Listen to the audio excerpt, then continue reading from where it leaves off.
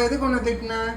இல்ல நீதான் என்ன அடிக்கிற, ஆய் அடிக்கிற, மோக அடிக்கிற, எல்லாம் பண்ண.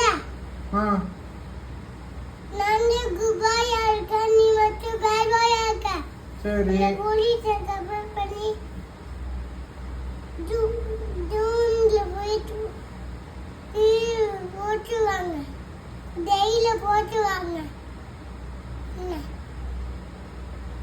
போ, இல்லைன்னா பாரு நான் கோவத்துல இருக்கேன். நீ அழுவுற, நான் தான் அழுவுறேன். நீ அழுவுங்க, நீ உரு பண்ண.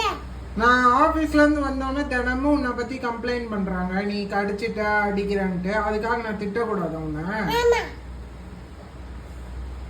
திட்டினா என்ன பண்ணுவேன்?